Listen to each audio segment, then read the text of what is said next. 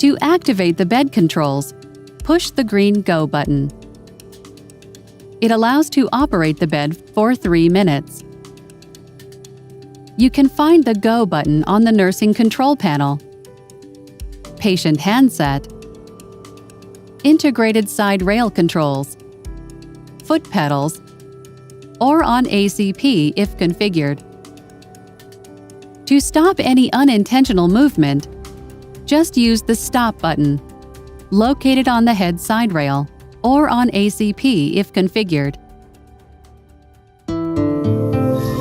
Lynette, designed to help you care.